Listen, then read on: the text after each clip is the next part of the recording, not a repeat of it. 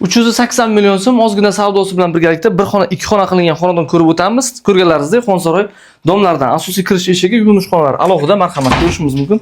Remontlari yaxshi qilingan, o'zlari uchun ta'mirlaganlar. Yaxshi oila yashab turibdi, marhamat. Yuvinish xonasi, birinchi xonasini, demak, xohlasangiz kichik mehmonxona qiling, stol qilib yoki bo'lmasa yotoqxona qilib qo'ysangiz, narigi katta xonamizni mehmonxona qilsangiz bo'ladi. Keling.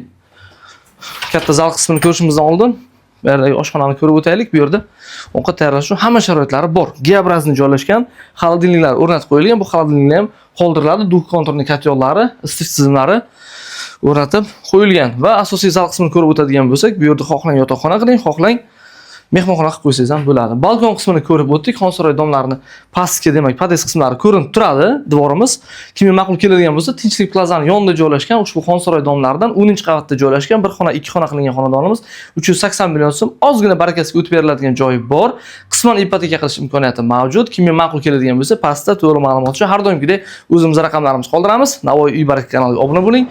Arzon, yaxshi xonadonlarni faqat bizning kanaldan ko'rib olasiz.